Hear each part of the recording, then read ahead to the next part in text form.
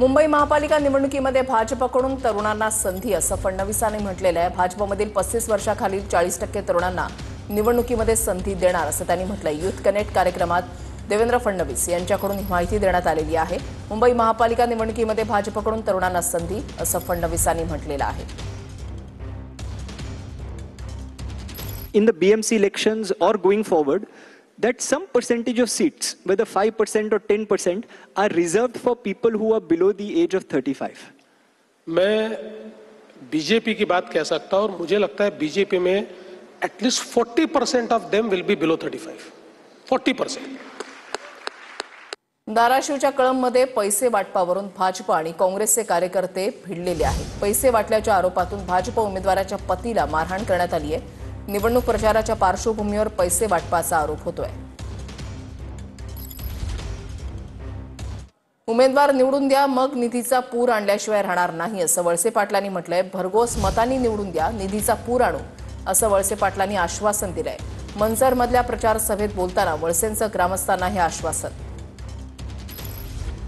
आणि मी आज तुम्हाला शब्द देतो की तुम्ही या मनसर नगरपालिकेचा नगराध्यक्ष आणि आमचे 17 नगरसेवक भरघोस मताने निवडून द्या। निधीचा पूर वाहिल्याशिवाय आम्ही या ठिकाणी राहणार नाही आणि त्याच्यासाठी आम्हाला काम करायचं। दंडेलशाही कुणी करत असेल तर लक्षात ठेवा, दादा बीडचे पालकमंत्री असं विजयसिंह पंडितांनी म्हटलंय। राष्ट्रवादीचे आमदार विजयसिंह पंडितांचं बीडमध्ये हे वक्तव्य आहे।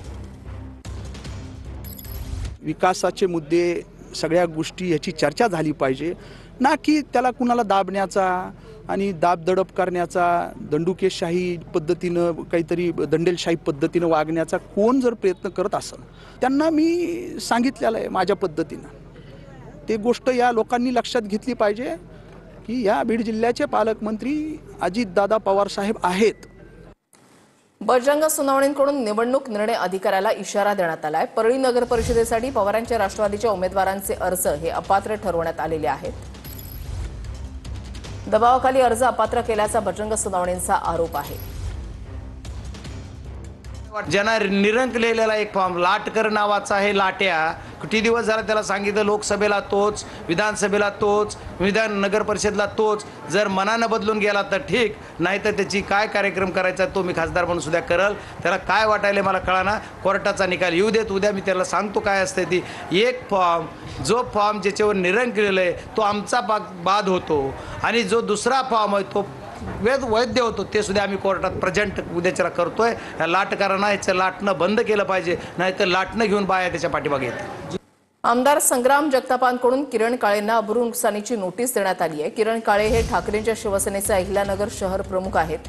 किरण काळेंना 50 कोटी रुपयांची अब्रू नुकसानीची नोटीस पाठवण्यात आली आहे। जगतापांच्या कथित कार्यालयाच्या जागेवरून काळेंनी आरोप केलेले होते। संग्राम अरुण जगताप यांनी मला 51 कोटी रुपयांची अब्रू नुकसानीची नोटीस पाठवलेली आहे। ही त्याची प्रत मला त्या ठिकाणी मिळालेली आहे। त्या ठिकाणी माझं संग्राम जगतापांना जाहीर चॅलेंज आहे, खुलं आव्हान आणि निमंत्रण देखील आहे की माझ्याकडे सगळे पुरावेत। तुम्ही 51 कोटी रुपयांचा भूखंड, जो भूखंड आहे तो खाली न करता मलाच 51 कोटी रुपयाची नोटीस पाठवता अब्रू नुकसानीची। तुम्ही मला त्या ठिकाणी न्यायालयात बोला, मी न्यायालयात यायला